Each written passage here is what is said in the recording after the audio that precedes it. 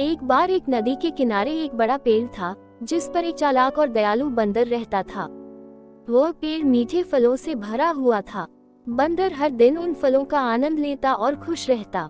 एक दिन एक मगरमच्छ नदी में तैरते हुए वहां आया।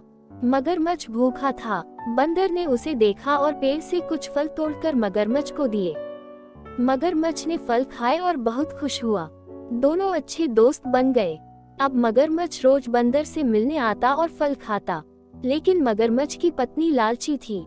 उसने मगरमच्छ से कहा, अगर ये फल इतने मीठे हैं, तो सोचो बंदर का दिल कितना मीठा होगा।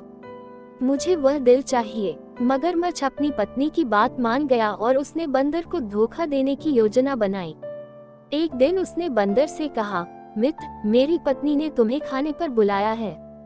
चलो मेरी पीठ पर बैठो, मैं तुम्हें नदी पार ले चलता हूँ।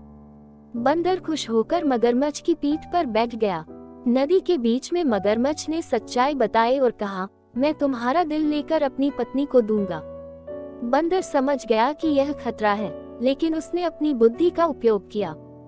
उसने कहा, ओह, तुमने पहले क्यों नहीं बताया?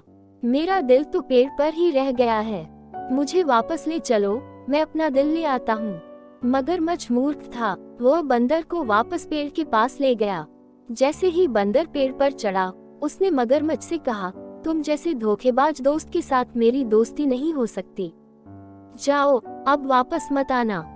मगरमच्छ को अपनी गलती का एहसास हुआ और वह शर्मिंदा होकर वहां से चला गया। शिक्षा: इस कहानी से हमें सीख मिलती है कि संकट में भी हमें अपनी बुद्धि और धैर्य का इस्तेमाल करना चाहिए।